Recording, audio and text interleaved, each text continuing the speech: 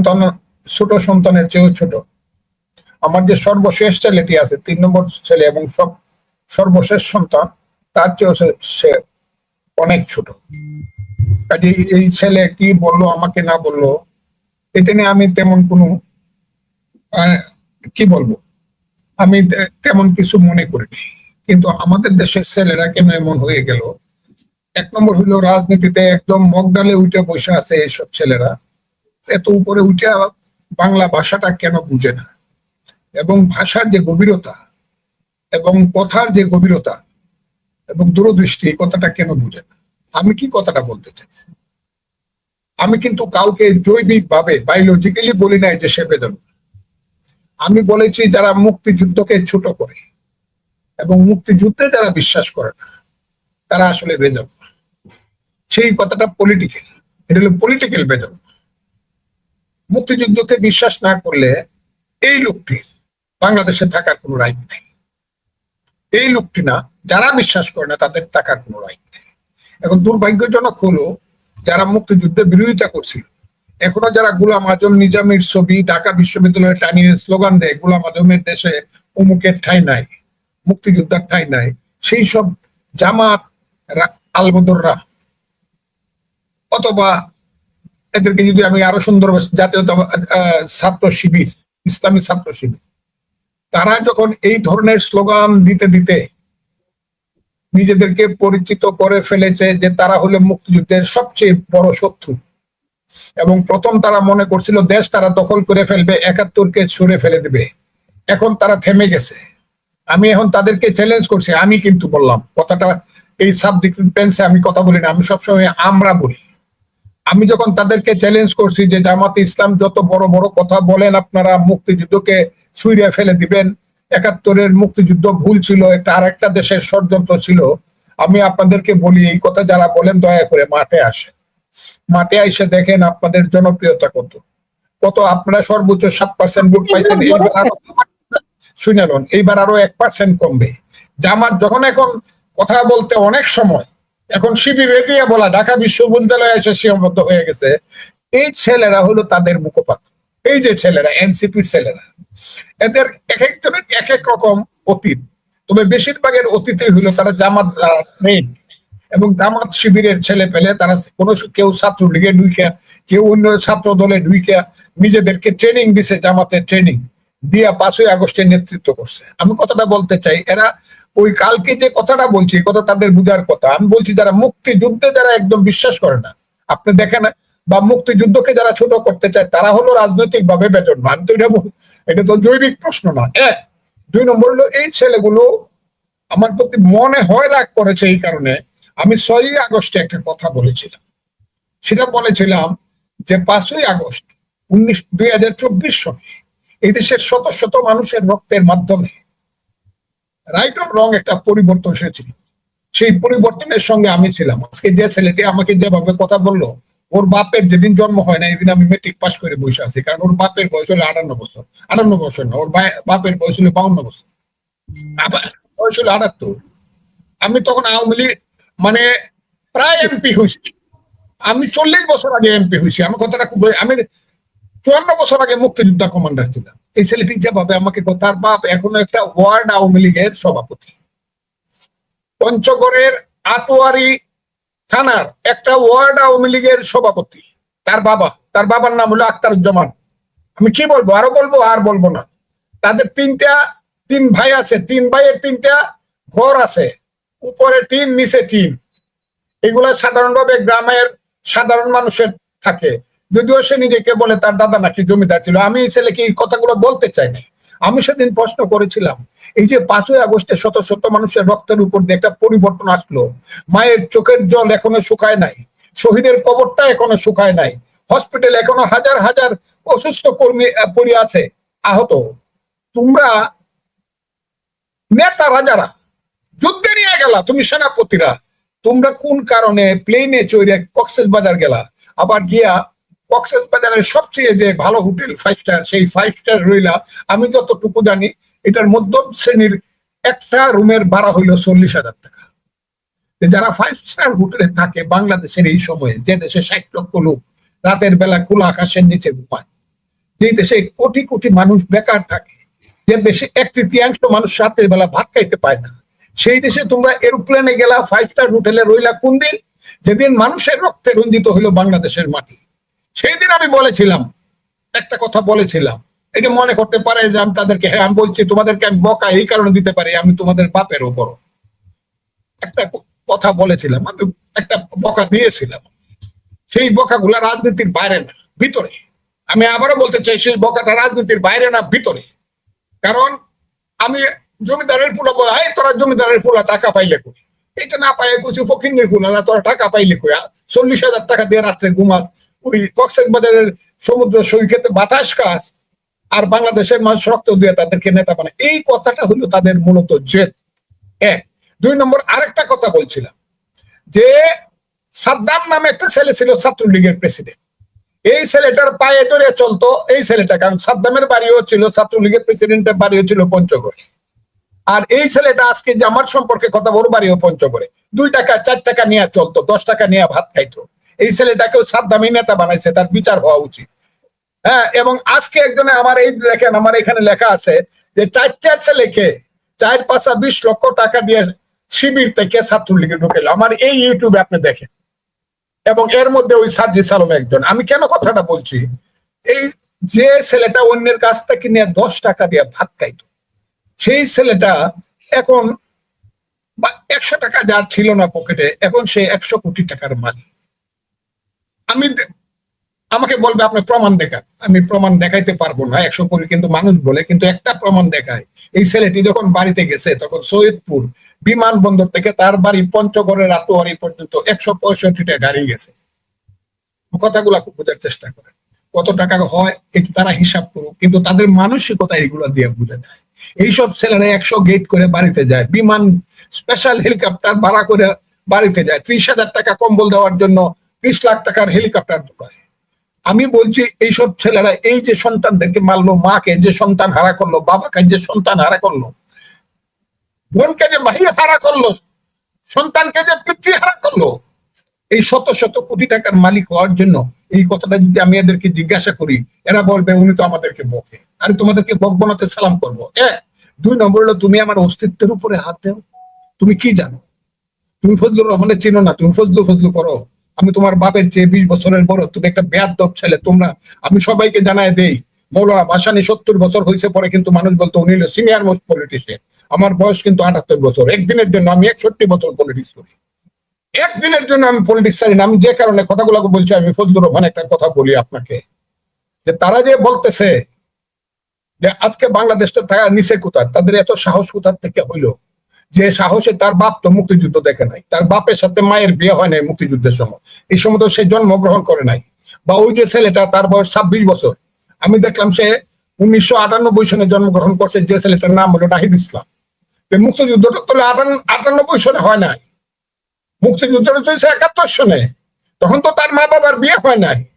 সেই ছেলেরা যখন মুক্তিযুদ্ধ সম্পর্কে বিশ্রী কথা বলে, যখন এমন কথা বলে যে কথাগুলো সহ্য করা যায় না, কোন মুক্তিযোদ্ধা সহ্য করতে পারবে না যে 47 আর 71 আমরা ইতিহাসের পাতায় আমরা রাখিয়া দেব, আর 24 দিয়ে আমরা নতুন ভাবে স্বাধীনতা, দ্বিতীয় স্বাধীনতা শুরু করব।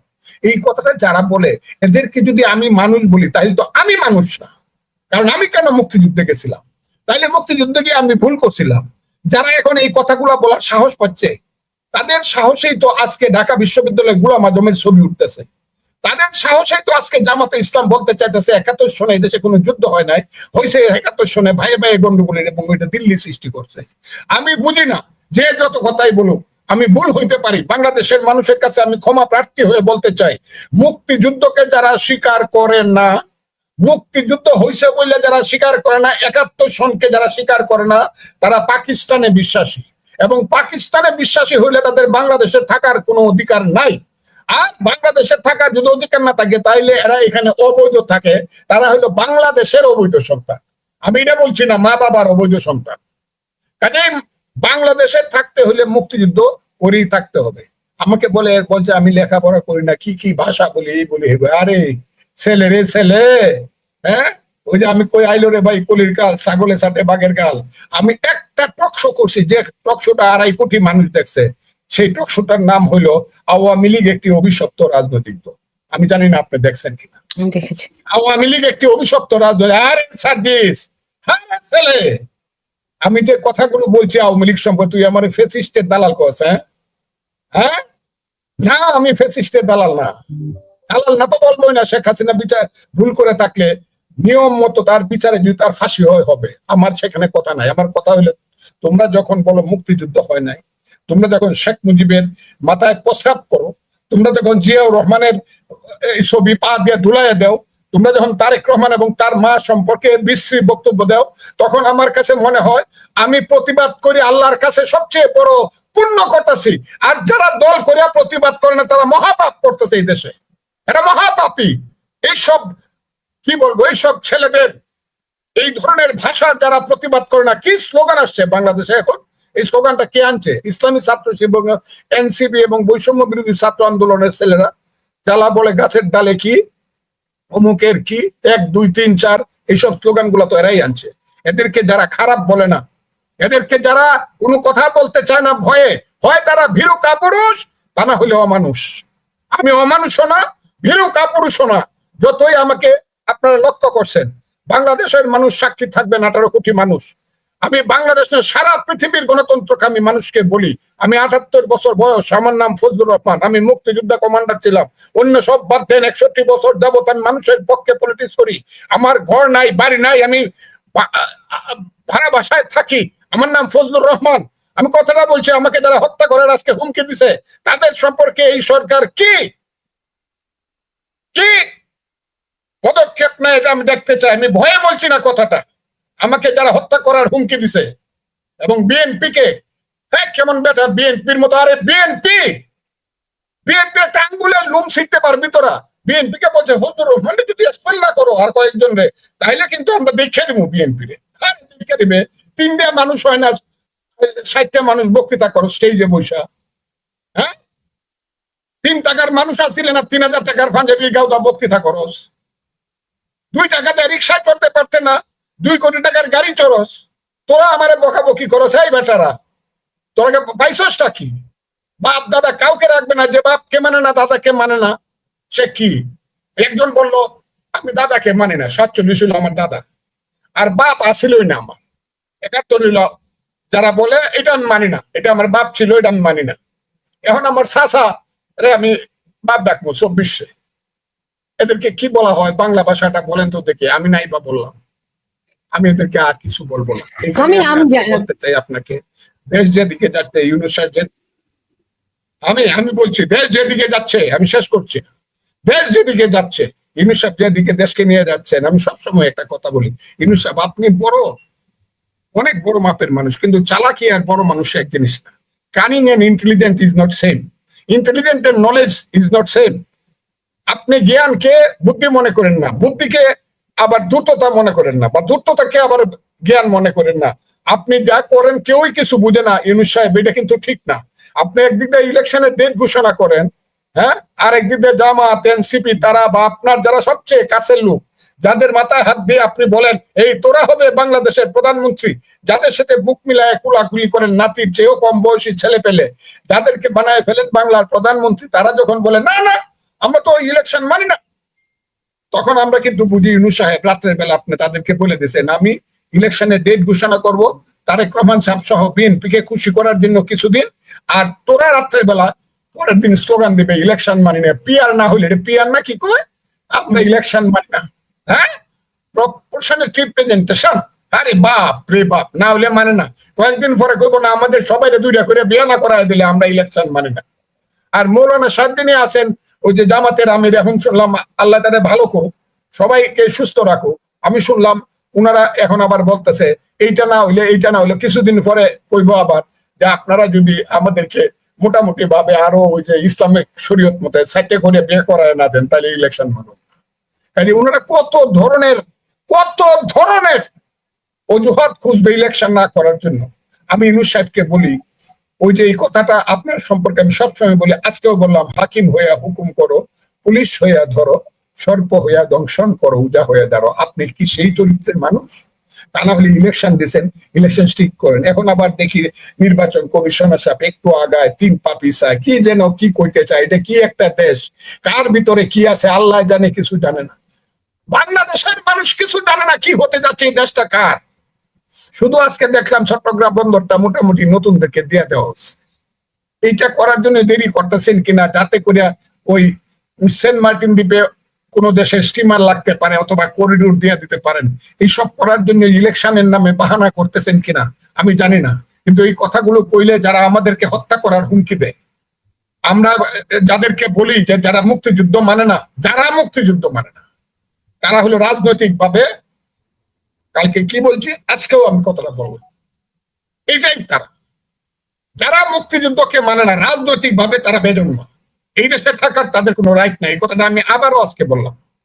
মুক্তিযুদ্ধ মানবেন না আপনি, আপনি ঢাকা বিশ্ববিদ্যালয়ের পিএসসিতে গোলাম আজম নিজামীদের ছবি টাঙাইবেন আর স্লোগান দেবেন পাকিস্তান জিন্দাবাদ, আর সেটা আমাদের মানে চলতে হইব, তাইলে আমরা দেশপ্রেমিক আপনাদের সাথে। এটা মানি না। ঢাকা বিশ্ববিদ্যালয়ের রাজাকারদের একটা কারখানা বানাইছেন, এটা নেতা বানাইছেন এক রাজাকারের বাচ্চারা, ভাইস চ্যান্সেলর, এদেরকে বানাইছেন সব। এইখানে বাংলাদেশটাকে একটা ধ্বংস করার পথে ঢাকা বিশ্ববিদ্যালয়টাকে একটা সিনিয়র মাদ্রাসা বানাইছে। আমরা এগুলো মানি না। মানি না বললে ফজলুর রহমানদেরকে হত্যা মাইরে যারা মারতেছেন, আমাকে আমি আবারও বলছি, বাংলাদেশের 18 কোটি মানুষ, বাংলাদেশের সমস্ত মানুষকে আমি বলতে চাই যে আমাকে যারা হত্যা করবে তারা হলো এরা যারা বাংলাদেশের স্বাধীনতা মানে না, যারা 71কে মুক্তিযুদ্ধ মানে না। আমি যদি কোনো কারণে মৃত্যুবরণ করি, মৃত্যু নর্মালি না অ্যাবনর্মালি, তাহলে বুঝতে হবে ওরা আমাকে হত্যা করছে। এমনকি রাস্তায় অ্যাক্সিডেন্ট করে হত্যা, আমি নিহত হইলে ওইটা ধরে নিতে হবে যে এর পিছনে তাদের কোনো আগের দিন হাত ছিল, যাতে ফজলুর রহমান অ্যাক্সিডেন্ট করে মরে। আমি তো এখনো বিশ্বাস করি একজন বীর প্রতীক এই দেশের একজন সেনাপতি ছিল, আমাদের বাহিনীর সেনাবাহিনীর একজন সেনাপতি ছিল হারুনুর রশিদ। সে কিভাবে মারা গেল, আমি এটার বিচার চাই এবং তদন্ত চাই। যদি সে অ্যাবনর্মালি মারা গিয়ে থাকে কেউ করে থাকে, আমি তার বিচার চাই। এই দেশে কে কখন কই দিয়ে মরতেছে, প্রধান সেনাপতি ছিল, সে মরে গেল গা, মনে হলো যেমন একটা সাধারণ একটা মানুষ মারা গেছে। আমি তাই আজকে আপনি আমাকে এই সুযোগ দিচ্ছেন, আমি আপনাকে ধন্যবাদ জানাই। এই দেশে এখন যা চলছে, যদি একটা নির্বাচন সঠিক সময়, যে সময়টা ইউনূস সাহেব উচ্চারণ করছে সেই সময় না হয়, আমি বলে দিলাম দেশ থাকবে কি থাকবে না, এটা কিন্তু ইতিহাসে লেখা থাকবে যে দেশের স্বাধীনতা থাকবে কি থাকবে না। যে নির্বাচন হবে, ডক্টর ইউনূস নির্বাচন দিতে চান? আমি আপনাকে এইভাবে বলি কথাটা, আওয়ামী লীগ 3 বার ভোট করছে, 14 সন, 18 সন, 24 সন। শুধু বিএনপি যায় নাই, জামাত যায় নাই। 18 সনে গেছিল, যদি আমি পরে বলছি, কিন্তু জাতীয় পার্টি গেছিল, আর কিছু দল গেছিল। কিন্তু দেখা গেল ভোটের বেলায় 10%-এর বেশি, 12%-এর বেশি ভোট কাস্ট হয় না, জোর করে ভোট কাস্ট করাইতে পারে। এমনকি আওয়ামী লীগের যে 40%, 42% ভোট আছে, তারাও সেন্টারে যায় না, কারণ এটা নিয়ে তারা কোনো ইন্টারেস্ট ফিল করে না। দেখে যে তো কোনো কম্পিটিশন নাই, কম্পিটিশন নাই, এটা গিয়া কি লাভ হইব? এর চেয়ে হ্যাঁ, এক দুপুর ঘুমায় নাই মানুষ, এক দুপুর ঘুমায়, আর কে বৃষ্টির দিন হলে খিচুড়ি দেখায়, মানুষ ভোটে যায় না। এইবারও যদি আওয়ামী লীগকে বাদ দিয়ে ভোট হয়, আওয়ামী লীগ তো আসলে বাদ হইতে হবে, আমার যেটা মনে হচ্ছে আওয়ামী লীগকে বাদ দিয়ে যদি ভোট হয়, তাহলে তো আগে আপনি 40-42% ভোট বাদ দিয়ে দিলেন। তাইলে ভোটের মধ্যে কম্পিটিশন হইব কার? বিএনপি থাকবে একরকম নম্বরে, তার সাথে কিছু দল থাকবে, আর জামাত থাকবে তার বিপক্ষে, তার সাথে কিছু দল থাকবে। কারণ জামাত হইলো মুনাফেকদের একটা দল, জামাতেরা রাগ করতে পারে। আমি তাদেরকে বলি, খালেদা জিয়ার অসীম সহ্য, তা না হলে দেশ নেত্রী বেগম খালেদা জিয়া থাকতেই যে বেইমানিটা আপনারা যে বিএনপির সাথে করছেন, খালেদা জিয়া যদি আপনাদেরকে গত 15 বছর আঁচল দিয়ে ঢেকে না রাখতো, তাহলে আপনাদের দল বঙ্গোপসাগরে পড়ে গেল। সেই জামাত ইসলাম আরো কিছু দল নিয়ে বিরুদ্ধে কন্টেস্ট করবে। যখন একদিকে বিএনপি থাকবে আর একদিকে জামাত থাকবে, ভোটের যে আগ্রহটা মানুষের সেই রকম থাকবে না। এখন আজকে দেখলাম জামাত বলল যে যদি ওই আনুপাতিক হারে ভোটের রেজাল্ট দেওয়া না হয়, ভোট দেওয়া না হয়, তাহলে আমরা ইলেকশনে যাব কিনা চিন্তা করব। এনসিপিও একই কথা বললো। জামাত, এনসিপি, ইসলামী আন্দোলন, এই 3টা দল যদি না যায়, শুধু বিএনপি যায়, তাইলে আর বিরুদ্ধে যাওয়ার রইল কে? তখন তো ইলেকশনের কোনো ইন্টারেস্ট থাকবে না। ইউনূস সাহেব ইচ্ছা করলেও একটা ইলেকশন করে কোনো পৃথিবীকে বুঝাইতে পারবে না।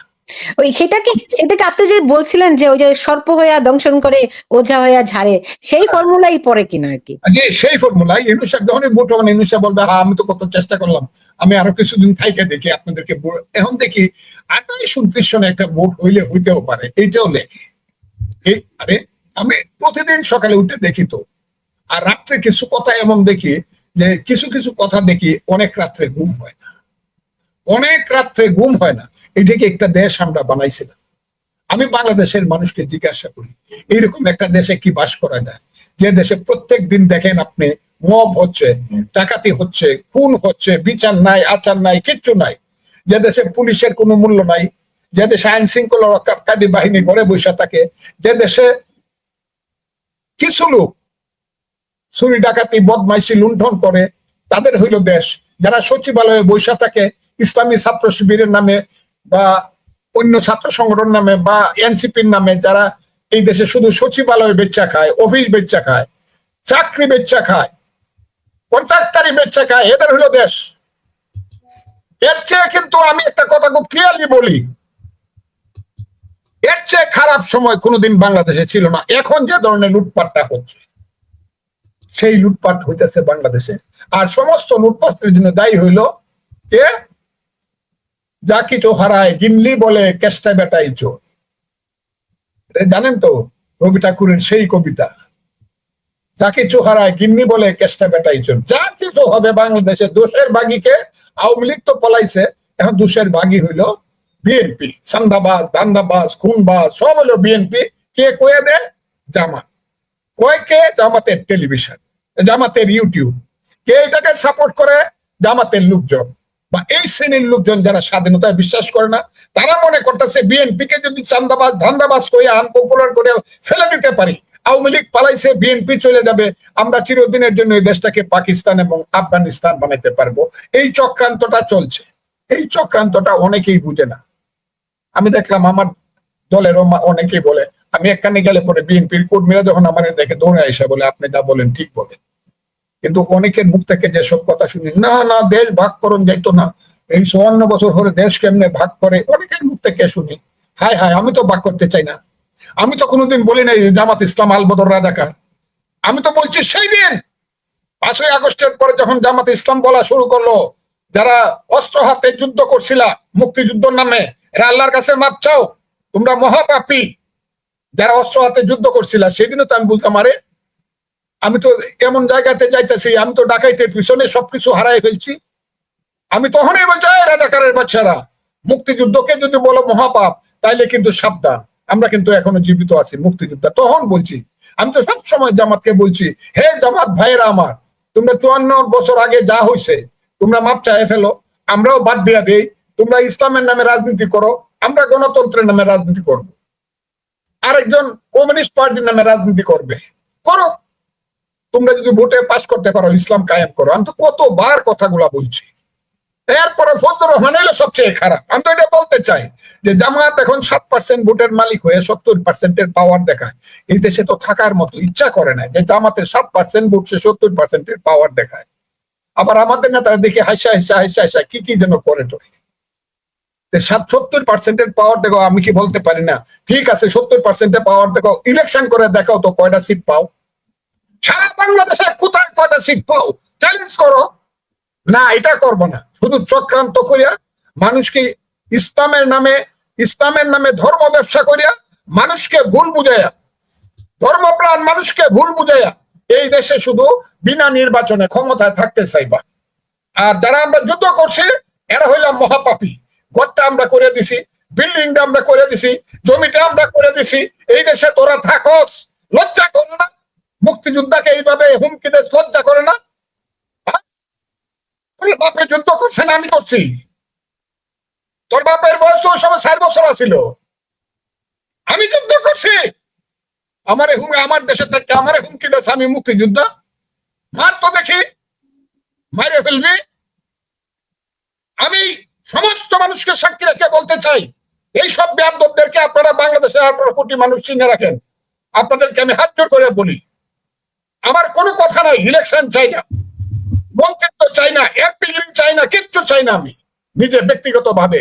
কিন্তু আমি মুক্তিযুদ্ধকে যারা অপমান করে তাদেরকে আমি কিছুতেই ছাড়বো না, কিছুতেই আমি ছাড়বো না। যারা মুক্তিযুদ্ধকে বলবে যে দেশে যুদ্ধ হয় নাই, এই দেশ 30 লক্ষ লোকের রক্ত বৃথা গেছে, এদেশে মায়ের চোখের জল বৃথা গেছে, এদেশে পিতার হাহাকার বৃথা গেছে, এদেশে সন্তানের কান্না বৃথা গেছে। আজ থেকে 54 বছর আগে বাপের সামনে মেয়ের ধর্ষণ করছে, সব বৃথা গেছে। আমাকে আজকে মাইনে ফেলতে হবে? কোন ব্যাটার কথা মানবো? কে পাওয়ার আশায় মানবো? হ্যাঁ মানবো। কোনটা মানবো? ৭১ যুদ্ধ হয়েছিল, যুদ্ধ করে 1000 বছর পরে বাঙালি জাতি যুদ্ধের মাধ্যমে দেশটাকে স্বাধীন করছিল, বাঙালি জাতির একটা রাষ্ট্র হয়েছিল। ভুল ত্রুটি সহ আমরা এই রাষ্ট্রটাকে এনে লইছি। এই বেটারা, এই রাজাকারের বাচ্চারা, 1970 সনে পাকিস্তান আমলে 375 কোটি টাকার বাজেট হয়েছিল পূর্ব পাকিস্তানে, এখন 7 লক্ষ কোটি টাকার বাজেট হয়। বাংলাদেশ করে খুব খারাপ করছি? হ্যাঁ, কোন বাঙালির সন্তানের একটা ব্যাংক ছিল না, এখন শত শত বাঙালির সন্তানের ব্যাংক আছে, ডাইরেক্টর আছে, ইন্স্যুরেন্স কোম্পানি আছে। কোন বাঙালির ছেলে জেনারেল ছিল না, কোন বাঙালির ছেলে lieutenant general, major general, brigadier general ছিল না। সেইটা বাংলাদেশ স্বাধীন হওয়ার কারণে, যুদ্ধ হওয়ার কারণে হয়েছে। কোন বাঙালির ছেলে সচিব ছিল না, কোন বাঙালির ছেলে এডিশনাল সচিব ছিল না, কোন বাঙালির ছেলে এই দেশে বিদেশে বড় চাকরি পাইতো না। কোন বাঙালির ছেলে বিদেশে গিয়া ওই আমেরিকাতে, লন্ডনে, ইউরোপে, সৌদি আরবে, আবুধাবিতে, সমস্ত জায়গাতে কোটি কোটি বাঙালি এখন টাকা পাঠায়। বাঙালির ছেলেদের একটা পাসপোর্ট পাইতো না। সেই বাঙালির ছেলেরা এখন বলে না মুক্তিযুদ্ধ হয়েছে না, মুক্তিযুদ্ধ ঠিক হয়েছে না, এটা হয়েছিল না।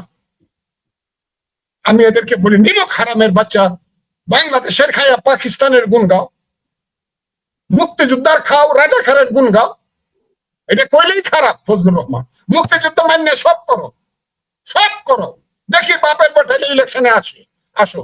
এই পঞ্চগড় যে আমাকে কথা বললাম, পঞ্চগড় তেতুলিয়া আটোয়ারি সিটে কয় বুট পাও দেখুন তো। আটোয়ারির বেটা, আক্তারের বেটা, দেখুন তো কত বুট পাও। ইলেকশন করে দেখে তো। কোন সময় গিয়ে পাও ধরো জামাতের, কোন সময় গিয়ে পায়ে ধরো হেফাজতে ইসলামের, কোন সময় গিয়ে পায়ে ধরো কি আন্দোলন, ইসলামী আন্দোলনের। এখন আবার গাড়ি চড়তে চাইতেছো বিএনপি। হে বিএনপি দেখলে পরে, নেতারা দেখলে পরে বুকে জড়ায় ধরে পায়ে সালাম করে, ভাই যা কইছি মাফ করেন, আমরা একটা সিট দিয়েন। এই তো তোমাদের রাজনীতি। এই ধরনের চালাক চতুর, এই ধরনের বেঈমান ছেলে পেলে, লোভী, এই ধরনের বাটপার ছেলে পেলে, এই ধরনের মানুষকে হত্যা করে যারা কক্সবাজারের সমুদ্র সৈকতে বেড়াতে যায়, 5 স্টার হোটেলে থাকে, এই সব ছেলে পেলের কাছে বাংলাদেশের নেতৃত্ব দিয়ে দিতে হবে। আর এটার বিরোধিতা করলে ফজলুর রহমানকে মেরে ফেলা। আমি তাই আপনার কাছে, আপনার মাধ্যমে সারা দেশবাসীকে বলতে চাই, এইসব বেয়াদব ছেলেদেরকে চিনে রাখো। এই বেয়াদবদের থামানোর কেউ নাই? না, নাই। এই পৃথিবীতে আল্লাহ এদেরকে জন্ম দিয়েছে, এদেরকে থামানোর কেউ নেই। এরা হইলো আজরাইলের সন্তান, এরা হইলো আজরাইলের সন্তান, এদেরকে কেউ থামাইবে না। এরা হলো বেয়াদব, বেতমিজ, বেতাসির। এরা ফজলুর রহমানের নাম ফজু পাগলা, ফজলু বলে। আরে কয় কি এই পৃথিবীতে? এটা যে সেদিনই আমি বলছিলাম, বিএনপি বুঝে নাই, কিন্তু আমি বুঝছিলাম যে যেদিন শেখ মুজিবের মাথার উপরে প্রস্রাব করছে, আমি সেদিন বলছিলাম যে জিয়াউর রহমানের কিন্তু এই অপমানটা করবে। এই অপমান যখন তারা শুরু করছে, কাজে আমার মতো ফজলুর রহমান তো ফুজু পাগলা বলবে। আমি কে? জিয়াউর রহমানের মুখের উপরে যারা বুট দিয়ে পারতে পারে, আগুন লাগাই দিতে পারে, তারেক রহমানকে যারা বিশিষ্ট, আমি ফজলুর রহমান কে? কাজে এদেরকে থামানো উচিত না। আমি কেমনে থামাবো? যাদের থামানো উচিত তারাই তো থামায় না। এই ভাষায় কি একটা দেশের রাজনীতি চলে? আমারে বলে, আমি বাজে ভাষা বলে, আমি ইলেকশন করছি, প্রথম ইলেকশন করছি, একটা টাকা নিজের হাত থেকে খরচ করে নাই, বক্তৃতা করিয়া ক্যাসেটের যে টাকা পাইছি বিক্রি করে সেই টাকায় আমি ইলেকশন করছি। আমার নাম ফজলুর রহমান। এটা বাংলাদেশে কারো ইতিহাস নাই। কিশোরগঞ্জ সদরের আমি 86 এমপি হয়েছি শুধু বক্তৃতার ক্যাসেট বিক্রি করিয়া। কাজে আমি বাজে বক্তৃতা করলে লাখ লাখ মানুষ খাড়ায় থাকে কেন? ফজলুর রহমানের বক্তৃতা শোনার জন্য লাখ লাখ মানুষ খাড়ায় থাকে। তোরা যে মিটিংটা করছো সেদিন শহীদ মিনারে 3 তারিখে, এই যে 5,000 লোক, আগে তোদের কথায় বুঝলাম 5,000 লোক, আরে তুই করতেছি কেন? সন্তানের মতো তোমাদের কথাই বলা, আপনাদের কথায় মহারাজের ছেলেরা যে মিটিং করলেন আপনারা, 5,000 মানুষ হয়েছে। আমি ফজলুর রহমান খালি হাতটা বা হাতটা উঠা করে কোনো জায়গাতে দাঁড়ালে 10,000 লোক হয়। ফজলুর রহমান কি কয় শুনেই না। আর ফজলুর রহমান দেখ করে এইরকম ধরনের ফজু পাগলা ফজ মাইরে ফেলবো এগুলা বলে ফেললা। হ্যাঁ, এই দেশটা সৃষ্টি করছিলাম কি এই কথাগুলা শোনার জন্য? আমার দেশে থাকো, আমার দেশে খাও, মুক্তিযুদ্ধের দেশে থাকো, মুক্তিযুদ্ধের দেশে খাও। লাখে লাখে হাজার হাজার মুক্তিযোদ্ধা এখনো জীবিত আছে, আর তাদেরকে অসম্মানজনক ভাবে কথা বলো। তোমরা তো হইলা নিমক হারাম, তোমরা তো হইলা অকৃতজ্ঞের জাত। ফজলু ভাই, এমনিতে আহ, আহ, আগামী ধরেন আপনার একটা ৭১ মঞ্চ ৭১ নামে একটি মুক্তিযোদ্ধাদের সংগঠন হয়েছে। তারা আপনি এটার ব্যাপারে কিছু জানাবেন? আপনার কি মুক্তিযোদ্ধারা কোনোভাবে ঐক্যবদ্ধ হতে পারে? নিশ্চয়ই আপনাদের পেছনে লক্ষ কোটি মানুষ দাঁড়িয়ে যাবে। শুনেন, এইখানে আমার প্রবলেম যেটা, আমি একটা রাজনৈতিক দল করি, অন্য একটা ভিন্ন একটা রাজনৈতিক দল, আমি আপনাকে বলি, কিন্তু মুক্তিযোদ্ধারাই এক হোক, আমি মৃত্যুর আগে ওটা চাপ। মুক্তিযুদ্ধের আদর্শ বাস্তবায়ন হোক। যে মুক্তিযুদ্ধের আদর্শ ছিল 1972 সনের সংবিধানের সেই গণতন্ত্র, সমাজতন্ত্র, ধর্মনিরপেক্ষতা এবং জাতীয়তাবাদ, সেই 4টে আদর্শের পক্ষে মুক্তিযোদ্ধারা এক হোক। অবশ্যই আমি এটা চাপ, সেই আদর্শের পক্ষে। হ্যাঁ, যদি এটা পুরানো আদর্শ হয়ে থাকে, অনেক কিছু ইতিহাসের পুরানো হয়ে, যেগুলোকে মানুষ বাদ দেয়। ইসলাম তো 1400 বছর পুরানো, এই কারণে কেন বলবো আর ইসলাম এগুলো তো পুরানো হয়ে গেছে, এগুলো চলে না, এগুলো বাদ দেও। আমি তো সবসময় বলি, আমার দিনের নবী বাইচা থাকলে বদরের যুদ্ধ করতে এখন কি লাডি লয়ে যাইতো কিনা। আমি তো মৌলানা সাহেবদেরকে প্রশ্ন করি। কাজেই যদি আধুনিকতা করতে চাও, সময়ের প্রয়োজনে সংবিধান সংশোধন হইতে পারে, আমার কোনো আপত্তি নাই, কিন্তু সংবিধানটাকে আপনি বাতিল করে দিবেন, ওই নতুন ভাবে লিখে দিব, বাম হাত দিয়ে ঢিল মারে ফেলাই দিব। কইতেছে কে? একজন মার্কিন নাগরিক, গায়ের রং কালো, কিন্তু 40 বছর আগে গিয়ে আমেরিকান নাগরিক হয়েছে, উনি আমার দেশের সংবিধান লিখবো, এটা আমার মানতে হবে। আমি কথা সবগুলা বলতে পারবো না, কারণ আমি এমন একটা জায়গাতে আটকা আছি। তা না হলে এই দেশে একটা কথা আপনাকে বলি, মুক্তিযুদ্ধের আদর্শের পক্ষে মুক্তিযুদ্ধ জীবিত আছে 1,12,000। আমি ওদিন একটা হিসাব নিলাম, 1,12,000 মুক্তিযোদ্ধা জীবিত আছে, সবার বয়স 70-এর উপরে। কাজে এই মুক্তিযোদ্ধা ফিজিক্যালি আর কিছু করার নাই, দোয়া করা ছাড়া, আর পরামর্শ দেওয়া ছাড়া, আর জ্ঞান দেওয়া ছাড়া। আমি কথাটা খুব বোঝার চেষ্টা করেন, কিন্তু মুক্তিযুদ্ধের আদর্শের লোক কিন্তু 18 কোটি মানুষের মধ্যে 17,75,00,000। আমি ওই দিনও বলছি, আজকেও বলি, আগামী দিনও বলবো। আমি জিজ্ঞাসি অনেকগুলা মিটিং এ, আমার তো আপনারা পছন্দ করেন না, আমি নাকি জামাতরে বকি না। আমি জামাতরে বকি না, আমি বকি মুক্তিযুদ্ধ বিরোধীদেরকে। আপনারা হাত তুলেন তো দেখি, বলেন তো দেখি, রাজাকার ভালো না মুক্তিযুদ্ধ ভালো? এখন তো আপনারা আমার সামনে 10,000 লোক আছেন, কারণ আমার এলাকাতে আমি মিটিং করলে 10,000-এর নিচে লোক হয় না। আপনার 10,000 লোক আছেন, হাত তুলেন কারা কারা রাজাকার ভালো, এটা কারা হাত তুলেন? একটা হাত তো উঠে না। আচ্ছা, মুক্তিযোদ্ধা ভালো কারা কারা হাত তুলেন? 10,000 হাত, 20,000 হাত উঠে। আমার কথাগুলো খুব বোঝার চেষ্টা। ওখান থেকে আমি তাদেরকে জিজ্ঞাসা করি যে, আচ্ছা, কে কে রাজাকার কমান্ডারের ছেলে হাত তুলেন তো দেখি। একটা হাত উঠে না। গৌরব করেন রাজাকার কমান্ডারের ছেলে বলে, একটা হাত উঠে না। আচ্ছা, কার বাবা মুক্তিযুদ্ধ ছিল, রিক্সা চালাইতো, দেখবেন 50 জনে হাত তুলছে। সে গৌরব, ফজলু ভাই আমার চিনেন না? ওই যে আমার বাবা, আমি এখন রিক্সা চালাই, আমার বাবা কিন্তু মুক্তিযুদ্ধ ছিল। এটা গৌরব। আর এই গৌরবটা ওই সার্জিস আলমদের কথায় আমার বিক্রি করে দিতে হবে, ওই নাহিদদের কথায় যে না কোনো মুক্তিযুদ্ধ টুক্তিযুদ্ধ হয়েছে, তা বাদ দিলাম। কোরআন জিনিস ভুলে যান গা, বাপ হতো কোরআন, তারে ভুলে যাও গা। কোরআন জিনিস যদি ভুলে যাও গা, বাপ কোরআন ভুলে যাও গা। আপনি কি আমার কথাটা বুঝতে পারছেন? জি জি, বুঝতে পারছি। কোরআন জিনিস হলে বাদ দিলেন লাগবো। কোরআন শরীফ হতো 1400 বছরের কোরআন, বাদালেন লাগবো। তা আপনি মুসলমান হইলে পরে যদি কোরআন শরীফ বাদালেন, তাহলে আপনার মুসলমান হওয়ার দরকার থাকে, আপনি তো কাফের। আপনি যদি বাংলাদেশ মানেন, তাইলে আপনি বাংলাদেশে এবং বাঙালি। আর বাংলাদেশ যদি না মানেন, আপনি যান দূরে গিয়ে ওখানে স্লোগান দেন। ওই যে দেখি ঢাকায় নিয়ে স্লোগান দেয়, তুমিও জানো আমিও জানি রাজাকাররা পাকিস্তানি, তুমিও জানো আমিও জানি আলবদররা পাকিস্তানি। এই স্লোগান কিন্তু শুনতে হবে সারা জীবন। আর এই স্লোগান দিলেই জামাত একটু পিছায় যায়, কিন্তু ওই ছেলেগুলো আগায় আসে, কারণ জামাত তো পরাজিত হয়েছে, আর এই ছেলেগুলা মনে করতেছে আমরা তো পরাজিত। কিন্তু না, যদি মুক্তিযুদ্ধ বিরোধী স্লোগান দেও, তোমাদের অবস্থা তাই হবে। দেখো না, এক সময় তোমাদের ডাকে মাঠে 10 লাখ লোক আইছিল, এখন 10,000-ও আসে না। এবং আস্তে আস্তে ধীরে ধীরে দেখবা রিক্সাওয়ালা বাদে আর তুমি বাদে আর কোনো, এরা তো জামাতি, এরাও তো জামাতের আলাদা একটা রূপ। ইউ আর রাইট, এই ব্যাপারে আমি এগ্রি করলাম আপনার সঙ্গে। জি। না, আপনিও কয়েকবারই বলেছেন যে এদের অনেকগুলো মাথা, জামাতের হ্যাঁ, অনেকগুলো মাথা, সেই মাথা অনেকগুলো। নিয়ে তারা জি একটা ক্যামোফ্ল্যাক্স তৈরি করেছে। জি, জি। এমনিতে এদের এই বেয়াদবদের থামানোর আপনি বলতেছেন কেউ নাই, এইভাবে তো আর দেশ চলে না, তাই না? আছে জনগণ, জনগণ বুঝবে, নামবে, হয়তো বা কারো না কারো জীবন সর্বনাশ হবে, তারপরে জনগণের হুঁশ আসবে, তারপরে হুঁশ আসবে। আমার মতো মানুষকে যখন মবের হুমকি দেওয়া হয়, ফজলুর রহমানে মেরে ফেলবো, আমি কল্পনাও করি না। কত কিছু পার হয়ে আসলাম জীবনে, আমি ফজলুর রহমানকে মেরে ফেলবে, একটা দোষ যদি জীবনে কেউ দেখাইতে পারে ফজলুর রহমানের রাজনীতিতে, যে অমুকে একটা চর মারছি, অমুকের কাছ থেকে 10 টাকা চান্দা আনছি, অন্যায় করে 2 টাকা রোজগার করছি, একটা লোক যদি বাংলাদেশে বলতে পারে অমুকের কাছে 5 টাকা চান্দা আনছি, যদি বলতে পারে, জীবনে কোনোদিন রাজনীতি করবে। সেই ফজলুর রহমানকে যখন মত করে ভয় দেখায় হত্যা করবে, আরে কয় কি, আমার জীবনের মালিক তো আল্লাহ। আর জীবন তো আমি 54 বছর আগে 1971 সালে দিয়ে আইছি, এখন তো আমি বাইচা আছি, এটাকে যদি আমি বলি এটা আমি সারপ্লাস জীবন পাইছি, এটা আমার বর্ধিত জীবন, তোরা মেরে ফেলে আমাকে, কিন্তু মুক্তিযুদ্ধকে স্বীকার করে। কিন্তু আপনাদের কি মনে হয় যে আপনারা ঐক্যবদ্ধ, আপনারা যে 1,10,000 মুক্তিযোদ্ধা আছেন, আপনাদের কিচ্ছু না, আপনারা যদি জাস্ট একটু দাঁড়ান, ইজ নট গুড এনাফ? আপনাদের তো যুদ্ধ করতে হবে না, আপনারা ছাড়া এদেরকে রুখবে কে আর? কেউ রুখবে না, একটু অপেক্ষা করতে হবে আপনাকে। এই বৃষ্টির দিনটা যাকে আষাঢ় শ্রাবণ মানে না তো মন, ঝড়ো ঝড়ো ঝড়ো ঝড়ো ঝরছে, তোমাকে আমার মনে নাই, ওই দিনটা যাকটা কথা বুঝছেন না আপনি, একটু একটু ঠাট্টা করলাম। না, হ্যাঁ, এই দিনটা যাকা আসবে, দিন আসবে, জি। আমি আপনাকে এই কথাটা বললাম, আসবে দিন আসবে। 190 বছর পরে কিন্তু ভারত, বাংলা স্বাধীন হয়েছে, 190 বছর পরে কিন্তু বাংলা স্বাধীন। দিন কিন্তু আসবে, আপনাকে বললাম দিন কিন্তু, কারণ সত্যের দিন আসবে, এটা আসতেই হবে। না, কিন্তু সত্য বেশি পরাজয়, অলরেডি তো দেরি হয়ে গেছে, আমাদেরকে আরো কত কি হারাতে হবে?